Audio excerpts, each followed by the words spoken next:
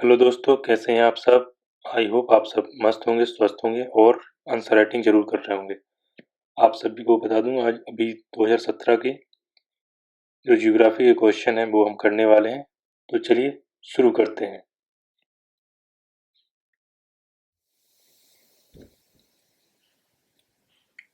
Question है 2017 में आया था कि पेट्रोलियम रिफाइनरियां आवश्यक रूप से कच्चा तेल उत्पादक क्षेत्रों के समीप अवस्थित नहीं है, विशेषकर अनेक विकासशील देशों में। कौन से अनेक विकासशील देशों में? इसके निहितार्थ को स्पष्ट कीजिए। सबसे पहले मैं आपको बता दूं कि ये क्वेश्चन 2017 में आया था ज्योग्राफी में, जीएस पेपर 1 में। लेकिन ये क्वेश्चन जीएस पेपर 1 में क्यों आया और ये क्वेश्चन और कहाँ-कहाँ आ सकता है? ये क्वेश्चन जीएस पेपर 3 में भी आ सकता है और ये 1 में तो आया ही है। और ये 2021 में रिपीट इसलिए भी हो सकता है, इसकी पॉसिबिलिटी इसलिए भी है क्योंकि ये ओपेक कंट्रीज मतलब जितनी भी ओपेक कंट्रीज हैं, जो अरब देश हैं, जहाँ पर ये कच्चा तेल का प्रोडक्शन होता है, कच्चा तेल निकाला जाता है, वो जो एक्सपोर्ट करते हैं क्रूड ऑयल का। तो कोविड के बाद जब लॉकडाउन ओपन हुआ, तो क्योंकि जब कोविड का टाइम था उस समय लॉकडाउन था सब जगह, तो उनका जो ऑयल का जो एक्सपोर्ट होता था वो पूरी तरह से बंद हो गया था। और जब ये लॉकडाउन खुला, तो जब ये खोला गया तो ओपेक कंट्री जितनी हैं उनने पूरे एक संगठन होता है जो अरब कंट्रीज का, जहाँ पर क्रूड ऑयल प्रोडक्शन होता है, उनका पूरा संगठन है जो उसको बोलते हैं ओपेक। ओपेक कंट्री मतलब सभी को बोलते हैं ओपेक कंट्री। उनने क्या किया कि जैसे ही ये लॉकडाउन खत्म हुआ, जहाँ जहाँ पर एक्सपोर्ट हो रहा था, तो उन्होंने क्या किया कि सभी कंट्रीज ने अपने अपने तेल के दामों को बढ़ा दिया, जिससे हुआ है कि सब जगह आर्थिक दबाव बना और कहीं सब अधिकतर जगह जो है पेट्रोल डीजल महंगे हो गए। और ओपेक कंट्रीज ने सब जगह अपना अपना जहाँ जहाँ भी क्रूड ऑयल सप्लाई करते थे, ये सभी जगह ने अपनी प्राइस को हाइक कर दिया। और इन्होंने कंट्रीज वाइज हाइक किया कि इंडिया में जैसे हो रहा है तो वहाँ पर कितने का जाएगा, चाइना में होगा या कहीं भी पाकिस्तान में जा रहा है तो कितने का होगा। इसका बैरल का प्राइस जो है सबका डिफरेंट डिफरेंट कर दिया। और यही एक वजह है कि हो सकता है कि 2021 में ये ऐसा क्वेश्चन कोई आ सकता है। तो हमें ये वाला जो 2017 में क्वेश्चन आया था, पेट्रोल रिफाइनरियाँ अधिकतर कहाँ होती हैं, तेल उत्पादक क्षेत्रों के समीप नहीं होती हैं, इसके बारे में हम आंसर लिखेंगे। तो शुरू करते हैं। सबसे पहले हमें बताना है कि पेट्रोलियम रिफाइनरी क्या है। तो मैं क्या लिखा है कि पेट्रोलियम रिफाइनरियाँ एक औद्योगिक व्यवस्था है जहाँ कच्चे तेल को संसाधित या परिष्कृत किया जाता है। परिष्कृत मीन्स डिस्टिलेशन किया जाता है। परिष्करण की प्रक्रिया, डिस्टिलेशन की प्रक्रिया के बाद तेल के विभिन्न रूप केरोसिन, गैसोलीन, डीजल, पेट्रोल आदि का प्राप्त होते हैं। ठीक है, केरोसिन और गैसोलीन के बारे में आप बताइए। केरोसिन मीन्स अधिकतर कहीं जगह इसको मिट्टी का तेल भी कहते हैं। रिफाइनरियाँ सामान्यतः दो प्रकार की होती हैं। अब रिफाइनरी कितने प्रकार की होती है ये भी बता दिया हमने कि दो प्रकार की होती है। पहली क्षेत्र आधारित और दूसरी बाजार आधारित। क्षेत्र आधारित रिफाइनरी कौन होती हैं? जो कि तेल कुओं के नजदीक स्थित होती हैं। दूसरी कौन सी होती हैं? जो है बाजार आधारित, जो कहाँ होती हैं? तेल जहाँ पर निकलता है उस उनके क्षेत्रों से कहीं दूर स्थित होती हैं। वही हम कहाँ बताना, क्वेश्चन में क्या पूछा गया है कि अनेक विकासशील देशों में तेल उत्पादक क्षेत्रों के समीप अवस्थित नहीं है क्या रिफाइनरियाँ। तो वही हमने बता दिया। ये सब रिफाइनरी कौन सी हैं जी? बाजार आधारित रिफाइनरी हैं जो तेल के स्रोतों से कहीं दूर स्थित है। पैराग्राफ चेंज करके हमने लिखा है, कच्चे तेल उत्पादक क्षेत्रों से दूर रिफाइनरियों की स्थापना के कई आर्थिक निहितार्थ हैं। क्या है? आर्थिक निहितार्थ हैं। यहाँ पर तेल रिफाइनरियाँ तेल परिष्करण के साथ साथ विभिन्न उप उत्पादों का उत्पादन करती हैं, जिनका उपयोग दवा, पेंट, प्लास्टिक, उर्वरक और अन्य औद्योगिक उत्पादों के रूप में किया जाता है। इसलिए तेल रिफाइनरियों का तेल क्षेत्र से दूर स्थापित किया जाता है, जिससे रोजगार के अवसर पैदा होते हैं और क्षेत्र में आर्थिक विकास में सहायता मिलती है।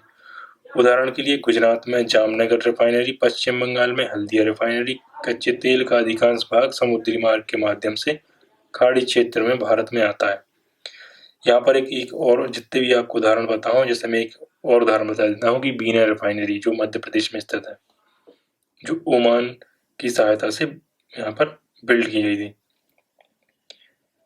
इसलिए तेल शोधन क्षेत्र ऐसी जगह स्थित किए जाते हैं जहां से बंदरगाहों और उपभोक्ता बाजार तक तेल की पहुंच आसानी से सुनिश्चित हो सके। नेक्स्ट लिखा है अपन ने, अधिकांश अंतर्राष्ट्रीय कंपनियां मध्य पूर्व क्षेत्र में राजनीतिक अस्थिरता के कारण तेल रिफाइनरी को स्थापित करने के लिए आदर्श क्षेत्र नहीं मानती हैं। क्या है?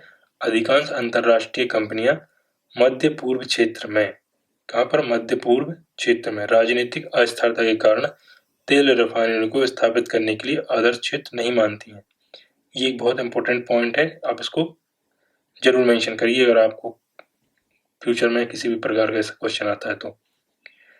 इसके अलावा इस्लामिक दुनिया के तेल उत्पादक राष्ट्र आतंकवाद से ग्रसित हैं, जो ओपेक कंट्री के बारे में मैंने आपको बताया। यहाँ पे आप डायरेक्ट लिख सकते हैं कि इस्लामिक दुनिया के तेल उत्पादक राष्ट्र, या यहाँ ओपेक कंट्रीज भी लिख सकते हैं आप डायरेक्ट वन लाइन में, जो निवेशकों को हतोत्साहित करते हैं।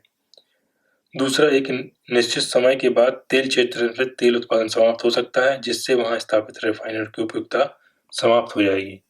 ये भी एक बहुत अच्छा कारण है कि कब तक तेल वहां पर निकलता रहेगा, एक टाइम के बाद वहां पर जो है तेल ऑयल प्रोडक्शन जो है खत्म हो जाएगा। और यही वजह है कि हमने लिखा है कि रिफाइनरी की उपयोगिता समाप्त हो जाएगी, तो फिर वो कुछ काम की नहीं है। आगे लिखते हैं, आगे हमने लिखा है, परंतु उपभोक्ता बाजार के आसपास स्थित रिफाइनरी दुनिया में कहीं से भी कच्चे तेल का आयात कर सकती हैं। ये एक बेनिफिट है कि अगर मान लो तेल क्षेत्र जहां उत्पादन होता है वहां पर रिफाइनरी लगी है, तो सिर्फ वहीं से वो ऑयल को रिफाइन करेगी और वहां से एक्सपोर्ट करेगी, जिससे क्या है उसकी लागत कहीं ज़्यादा बढ़ जाएगी। लेकिन हम क्रूड ऑयल लेते हैं तो क्रूड ऑयल हमें सस्ता पड़ता है, और यदि हम अपने आसपास जहाँ पर उपभोक्ता बाजार है वहाँ पर उसको रिफाइन करें तो हमें उसका उचित मूल्य मिलता है और जो उस पर कंजम्पशन भी ज़्यादा रहता है। भारत के मामले में अधिकांश तेल रिफाइनरों को रिफाइनरी के साथ साथ क्षेत्र के आर्थिक विकास को ध्यान में रखकर स्थापित किया गया है। जैसे मथुरा में तेल रिफाइनरी है, पानीपत तेल रिफाइनरी है, बीना रिफाइनरी के बारे में जैसे आपको बताया। अतः स्पष्ट है कि विकासशील देशों में पेट्रोलियम रिफाइनरियों के तेल क्षेत्रों से अन्यंत्र स्थापित होने के पीछे विभिन्न व्यावहारिक और आर्थिक कारक परिलक्षित होते हैं। यही वजह है कि पेट्रोलियम रिफाइनरियां विकासशील देशों में तेल उत्पादक क्षेत्रों के समीप अवस्थित नहीं होती हैं। आई होप आपको ये आंसर पसंद आया होगा, और अगर आप इसमें कोई भी सुझाव देना चाहते हैं और इसमें अगर कुछ चीज़ ऐड करना चाहते हैं अपनी तरफ से, तो आप मुझे कमेंट करके ज़रूर बताइएगा, ताकि मैं इस आंसर को और अच्छा लिख सकें और अच्छा इसको बना सकें, ताकि आपको ज़्यादा से ज़्यादा नंबर प्राप्त हों। अभी हम नेक्स्ट क्वेश्चन देखते हैं जो 2017 में ही आया था। तो देखते हैं नेक्स्ट क्वेश्चन क्या है। नेक्स्ट क्वेश्चन है, दलहन की कृषि के लाभों का उल्लेख कीजिए। क्या है? दलहन की कृषि के लाभों का उल्लेख कीजिए जिसके कारण संयुक्त राष्ट्र के द्वारा वर्ष 2016 को अंतर्राष्ट्रीय दलहन वर्ष घोषित किया गया था। ये 2017 का क्वेश्चन है, और इसको और अपडेट करने के लिए आपको भारत 2021 और आर्थिक सर्वेक्षण 2021 में आपको दलहन की कृषि के बारे में बहुत अच्छी जानकारी मिलेगी, तो आप उसको वहाँ से अपडेट कर सकते हैं। मैंने 2016 को मद्देनजर रखते हुए एक आंसर लिखा है, तो देखते हैं आंसर में क्या है। दालें मानव के लिए पादप आधारित प्रोटीन और एमिनो एसिड के महत्वपूर्ण स्रोत हैं। प्रोटीन तो आपको पता होगा, आपने साइंस में पढ़ा हुआ। तो एमिनो एसिड क्या है मैं आपको बता दूं। एमिनो एसिड जो है एक यूनिट है प्रोटीन की, मतलब एमिनो एसिड से प्रोटीन बनता है, या एमिनो एसिड की जो चेन होती है उसको प्रोटीन कहते हैं। सिंपल में अगर मैं आपको बता दूं तो प्रोटीन है और एमिनो एसिड के महत्वपूर्ण स्रोत हैं। साथ ही जानवरों के लिए चारा के रूप में पादप आधारित प्रोटीन का स्रोत भी है। क्या है? पादप आधारित प्रोटीन का स्रोत भी है। किसके लिए? जानवरों के लिए। भारत जैसे देश में शाकाहारियों के लिए प्रोटीन का सबसे आसान स्रोत क्या है? दाल है, क्योंकि हमारे देश में कई धर्म के लोग हैं और जो ऐसे भी लोग हैं जिनका मानना है कि अगर हम मीट खाएंगे या कुछ ऐसी चीज़ खाएंगे तो हमें पाप लगे या कुछ भी होगा। वो ये नहीं देखेंगे कि और शायद यही वजह है कि बहुत से गाँव में और बहुत से शहरों में जो हमारा ग्लोबल हंगर इंडेक्स 2021 आया है, उसमें आपको पता चलेगा कि जो बच्चे हैं उनमें से 5 साल से कम उम्र के बच्चे, जो इनमें 34 पॉइंट समथिंग % में स्टंटिंग की समस्या देखी गई है, और कुपोषण और ना जाने कौन कौन सी बीमारियां जो खासकर कुपोषण की वजह से होती हैं। और यही वजह है कि 101वां स्थान इस रिपोर्ट ग्लोबल इंडेक्स में हमें मिला है। और जो भारत जैसे देश में शाकाहारियों के लिए प्रोटीन का सबसे आसान स्रोत दाल है, लेकिन कहीं ज़्यादा ऐसे भी लोग हैं जो दाल को भी खरीद के नहीं ले सकते हैं, और यही वजह है कि हमें इंडेक्स में 101वां स्थान मिला है। आगे लिखते हैं कि संयुक्त राष्ट्र संघ ने मानव स्वास्थ्य के लिए दालों के महत्व की प्रति जागरूकता फैलाने के लिए 10 नवंबर 2015 को इटली के रोम में स्थित खाद्य एवं कृषि संगठन, क्या है, खाद्य एवं कृषि संगठन, जिसे FAO कहते हैं, के मुख्यालय में वर्ष 2016 को अंतर्राष्ट्रीय दलहन वर्ष के रूप में मनाए जाने की घोषणा की थी। ये जानकारी आपको बहुत काम की है, तो आप इसको स्टार करके लिख लीजिएगा कहीं से एक्स्ट्रा। आगे लिखते हैं दलहन की कृषि के लाभ क्या क्या है। अब लाभ देख लेते हैं क्या क्या लाभ हैं जिनकी वजह से UN ने 2016 को अंतर्राष्ट्रीय दलहन वर्ष घोषित किया। दलहनी फसलें क्या करती हैं, वातावरण में नाइट्रोजन को ग्रहण करके मिट्टी में संतुलन बनाए रखने का काम करती हैं, जिससे मिट्टी को प्राकृतिक उर्वरक प्राप्त होता है। ये कैसे करते हैं ये पौधे? एक्चुअली में होता ही है कि जो जितनी भी दलहनी फसलें हैं उनकी जो जड़ें होती हैं उनमें रूट्स में एक गांठें पाई जाती हैं, जिसके अंदर एक जीवाणु रहता है जिसे कहते हैं राइजोबियम। राइजोबियम क्या करता है? राइजोबियम जो है वातावरण की नाइट्रोजन को कैप्चर करता है और उसको कन्वर्ट करता है ताकि ये दलहनी फसलें उसका यूटिलाइज कर पाएँ और वो प्रोटीन को बना सकें। तो हमने क्या लिखा है कि दलहन फसलें वातावरण से नाइट्रोजन को ग्रहण करती हैं। ये ग्रहण करने का जो प्रोसेस है वो कौन करता है? राइजोबियम करता है, जो इनकी जड़ों में गांठों में रहते हैं, मिट्टी में संतुलन बनाने का काम करते हैं, जिससे मिट्टी को प्राकृतिक उर्वरक प्राप्त होता है। ठीक है। दलहनी फसलें क्या करती हैं? नाइट्रोजन के स्थिरीकरण में महत्वपूर्ण भूमिका निभाती हैं। दलहन फसलें नहीं करती हैं, ये हमने डायरेक्ट लिख दिया है। दलहनी फसलों में रहने वाले राइजोबियम, जो रूट नोड्यूल्स कहते हैं इंग्लिश में, उनसे ये नाइट्रोजन का स्थिरीकरण होता है, फिक्सेशन होता है। साथ ही यह वायुमंडल से नाइट्रस ऑक्साइड का अवशोषण करके क्या करता है? ग्लोबल वार्मिंग से निपटने में मदद करती है। ये भी क्या है, एक बहुत अच्छा एक पॉइंट मिला, क्या है? Nitrous oxide, NOx। अगर आपने देखा हुआ NOx क्या है? वायुमंडल से नाइट्रस ऑक्साइड या NOx का अवशोषण करके ग्लोबल वार्मिंग से निपटने में मदद कर सकती हैं। नेक्स्ट है पारंपरिक कृषि प्रणाली में विविधता लाने में मदद मिलेगी तथा यह मिट्टी में जैव विविधता को बढ़ाएगा। दलहनी फसलों में रासायनिक उर्वरकों का प्रयोग कम होगा, जिससे पर्यावरण को लाभ मिलेगा। अब क्योंकि दलहनी फसलें नाइट्रोजन का स्थिरीकरण करती हैं, तो इससे क्या है कि जो हमारी उर्वरक क्षमता है वो बढ़ेगी, जिससे क्या होगा कि जैव विविधता को बढ़ावा मिलेगा और रासायनिक उर्वरकों का उपयोग कम करना पड़ेगा।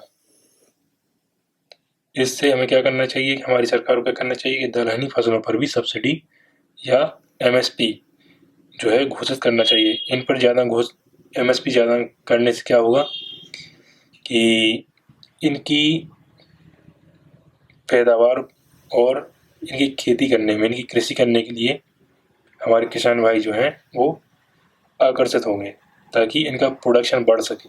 और जो स्टंटिंग और जो ग्लोबल हंगर इंडेक्स में जो हमारी रैंकिंग गिरती जा रही है, खासकर कुपोषण के मामले में, वो थोड़ी सी उसमें सुधार आए।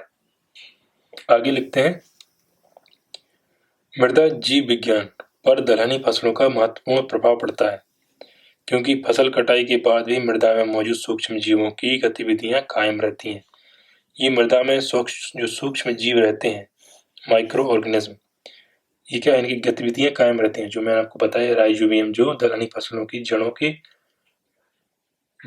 गांठों में रहता है, वो क्या हो, कटाई के बाद वो जड़ें जमीन में ही रहती हैं, तो उसमें जो मौजूद माइक्रो ऑर्गेनिज्म हैं वो अपनी क्या करते हैं, वो नाइट्रोजन फिक्सेशन कंटिन्यू करते रहते हैं, जिससे क्या है, वहाँ पर रासायनिक उर्वरकों की जरूरत नहीं पड़ेगी और मिट्टी में जो पोषक तत्व चाहिए, जो हमें नाइट्रोजन चाहिए, वो कायम वहाँ पर बना रहता है।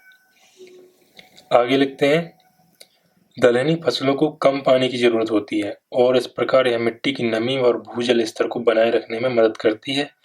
सूखे प्रभावित क्षेत्रों में भी लोगों को रोजगार के साथ साथ आय के स्रोत प्राप्त होंगे।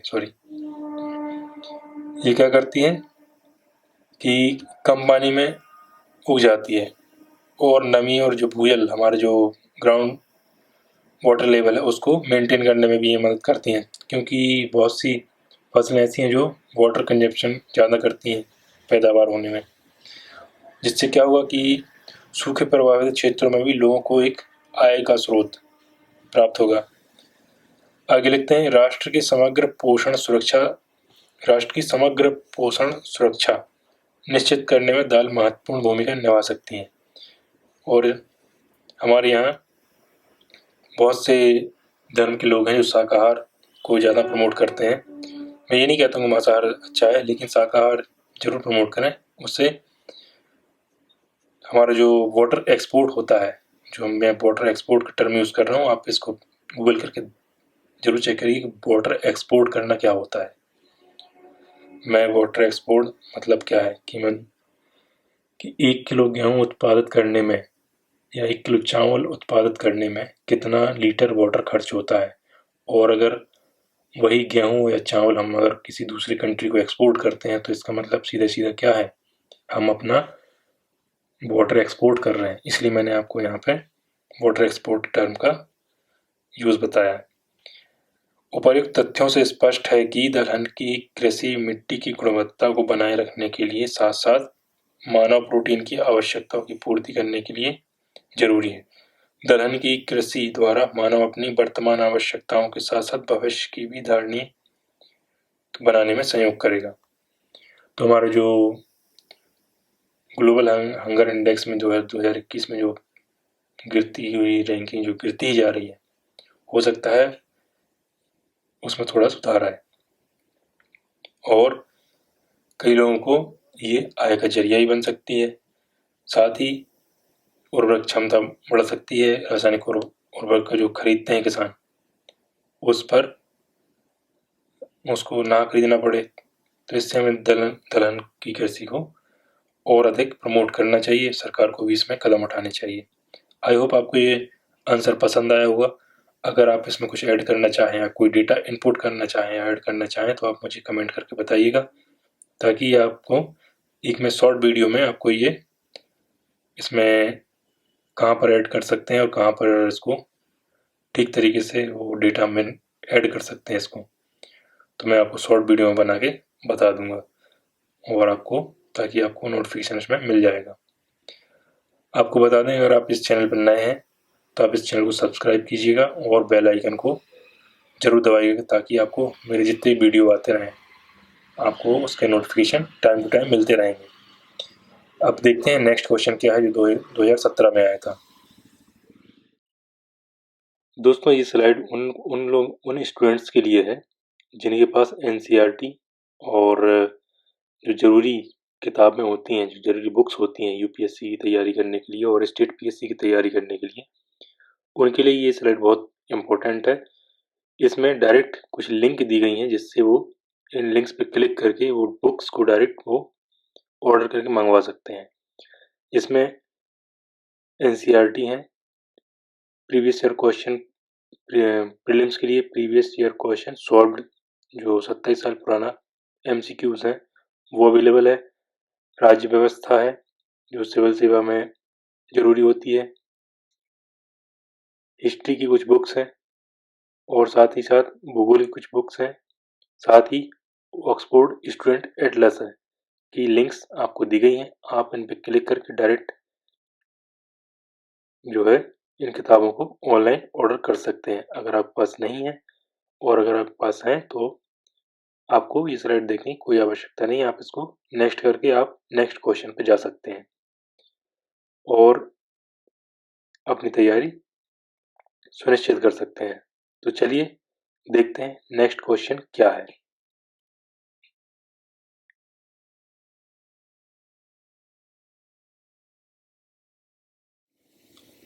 नेक्स्ट क्वेश्चन है, प्रतिकूल पर्यावरणीय प्रभाव के बावजूद कोयला खनन विकास के लिए अभी भी अपरिहार्य है, विवेचना कीजिए। ये क्वेश्चन बिल्कुल आ सकता है क्योंकि अभी हाल ही में जो कोयला संकट या कोल क्राइसिस हुआ है इंडिया में, उसकी वजह से ये, क्योंकि 2017 में आया था और कोल खनन हमारे यहाँ क्या हो गया है, सीमित हो गया है। और जब कोल खनन भारत में सीमित हो गया तो जो हमारी मांग है, लेकिन वो एज इट इज़ बनी हुई है, कोयले के ऊपर डिपेंडेंसी हमारे हमारे ऊपर बनी हुई है, इंडिया में खासा बनी हुई है। और जो अक्षय स्रोत हैं उन पर अभी हम काम कर ही रहे हैं।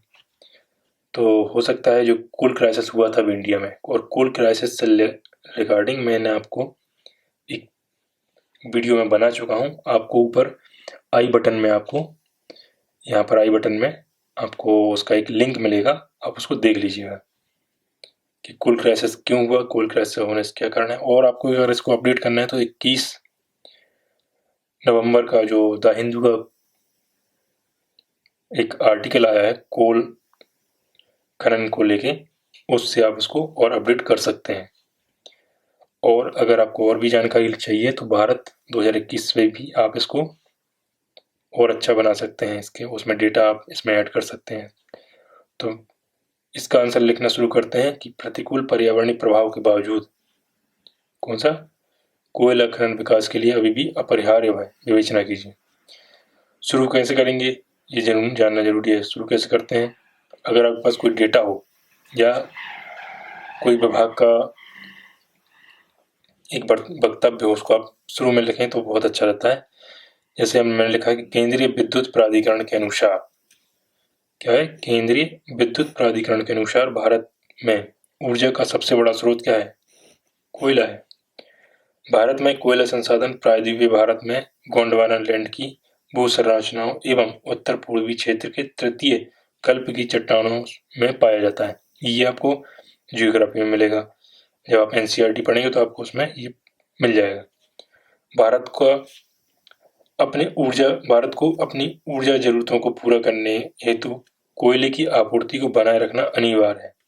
और यही वजह है कि 2018 के बाद से कोयला उत्पादन एक सीमित हो गया है, लेकिन हमने अपने एक्सपोर्ट को, मतलब हमने अपने उसको आयात को बढ़ा दिया है, कोयला आयात हमने बढ़ा दिया है। ठीक है, नेक्स्ट लिखते हैं, आगे लिखते हैं, ईंधन के रूप में कोयले का उपयोग परमाणु ईंधन, प्राकृतिक गैस और तेल से सस्ता है। इसलिए हम शायद कोयले पर इतने ज़्यादा डिपेंडेंट है, क्योंकि हमारे पास पैसा नहीं है कि हम परमाणु ईंधन का उपयोग कर पाए, प्राकृतिक गैस का उपयोग कर पाए, तेल का उपयोग कर पाए, क्योंकि हमें इसको इम्पोर्ट करना पड़ता है, इसको भी इम्पोर्ट करना पड़ता है।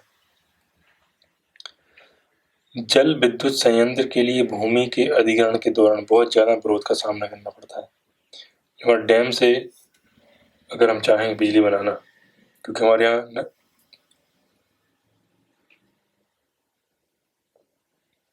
नदी तंत्र तो बहुत बड़ा है, लेकिन उस पर अगर हम बांध बनाना चाहें तो उस डूब के क्षेत्र में बहुत ज़्यादा भूमि को अधिग्रहण करना पड़ेगा, जो डूब के क्षेत्र में आएगा, और वहाँ पर बहुत ज़्यादा जनता का विरोध प्रदर्शन झेलना पड़ता है। इसलिए भी हम जल विद्युत संयंत्र का उतना ज़्यादा उपयोग नहीं कर रहे हैं। इसलिए कोयला आधारित बिजली संयंत्र को स्थापित करना ज़्यादा आसान होता है, क्योंकि इसे कम भूमि की जरूरत पड़ती है। भारत में पेट्रोलियम पदार्थ के उत्पादन का कोई विशेष स्रोत नहीं है, जबकि कोयले के भंडार व उत्पादन के स्रोत मौजूद हैं। ये मैं आपको पहले ही बता चुका हूँ कि भारत में पेट्रोलियम पदार्थ के उत्पादन का कोई विशेष स्रोत नहीं है। यही एक वजह है कि हमारी जो रिफाइनरियाँ हैं वो अधिकतर जहाँ पर बाजार है, उसका बाजार आधारित रिफाइनरियाँ भारत में लगाई गई हैं। विश्व में भी कोयले की काफ़ी भंडार है। कोयला खनन से लेकर परिवहन, प्रसंस्करण और कोयले के अवशिष्ट निपटान तक लाखों लोगों को रोजगार प्रदान करता है। यही भी एक वजह है कि लोगों को रोजगार मिल रहा है इस वजह से। इसलिए भी हम कोयले पर ज़्यादा डिपेंडेंट हैं और कोयले से भारत का ये समझिए कि 70% जो ऊर्जा का उत्पादन होता है वो सिर्फ कोयले से ही हो रहा है। आगे लिखते हैं, सरकार द्वारा अक्षय ऊर्जा की दिशा में किए गए तमाम प्रयासों के बावजूद ऊर्जा का वैकल्पिक स्रोत जैसे कि सौर ऊर्जा, एशिया का सबसे बड़ा सौर पार्क कहाँ बना है? आप मुझे कमेंट करके जरूर बताइएगा। परमाणु ऊर्जा, पन बिजली, पवन ऊर्जा इत्यादि ऊर्जा की जरूरतों को पूरा नहीं कर पा रहे हैं। इसलिए ऊर्जा की मांग को पूरा करने के लिए हमें कोयले पर निर्भर रहना पड़ रहा है। आप इसको अंडरलाइन करके बता सकते हैं। भारत में लगभग 70% ऊर्जा की आपूर्ति कोयले से ही होती है, जो मैं आपको पहले बता चुका हूँ और रिपोर्ट में भी बताया गया है। और यही वजह है कि कोयला खनन और जो कोल क्राइसिस हो रहा है उसको इतनी गंभीरता से क्यों लिया जा रहा है। इसलिए यह अनुमान लगाया जा सकता है कि प्रतिकूल पर्यावरणीय प्रभाव के बावजूद कोयला खनन विकास के लिए अभी भी अपरिहार्य बना हुआ है। रेलवे की पहुंच भारत में अब लगभग सभी जगह पर हो चुकी है, इसलिए कोयले को वहां से पहुंचाना आसान हो गया है। भारत में जब तक ऊर्जा के स्रोत का ठोस विकल्प नहीं मिल जाता तब तक हमें कोयले पर आश्रित रहना ही पड़ेगा। आई होप आपको ये वीडियो पसंद आया होगा। अभी तक हमने 2017 के जितने भी जियोग्राफी से रिलेटेड क्वेश्चन थे उनको पूरा किया। तो और अभी तक आपको इस वीडियो को देखने के लिए धन्यवाद। चैनल को सब्सक्राइब कीजिए, इस वीडियो को लाइक कीजिए, शेयर कीजिए, ताकि जो भी स्टूडेंट हैं, जो भी एस्पिरेंट हैं, उनको ये आंसर राइटिंग करने में मदद मिले। साथ ही अगर आप अभी तक नोट्स नहीं बना रहे हैं तो आप जल्दी से बनाना स्टार्ट कर दें, क्योंकि जैसे ही आपका प्री निकलेगा आपके पास समय नहीं रहेगा कि आप इन सब को रीड कर पाए और इन सब का नोट्स बना पाए। अगर आप नोट्स नहीं बना रहे हैं तो आप इन वीडियो को सुन भी सकते हैं, तो आप इन वीडियो को सुनिए। तो आपका अभी तक साथ बने रहने के लिए बहुत बहुत धन्यवाद। मिलते हैं नेक्स्ट वीडियो में।